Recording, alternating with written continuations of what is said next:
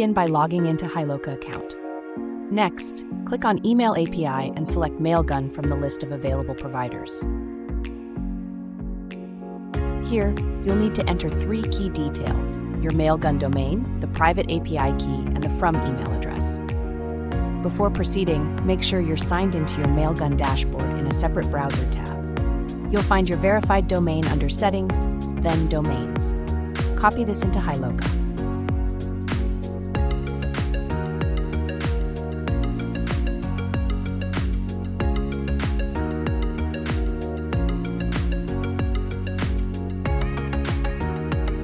Next, grab your private API key from the API Keys section.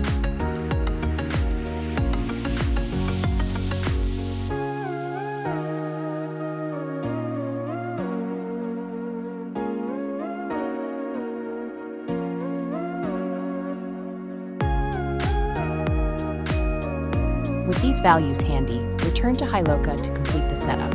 Finally, save your settings securely and send a test email to ensure everything is configured perfectly.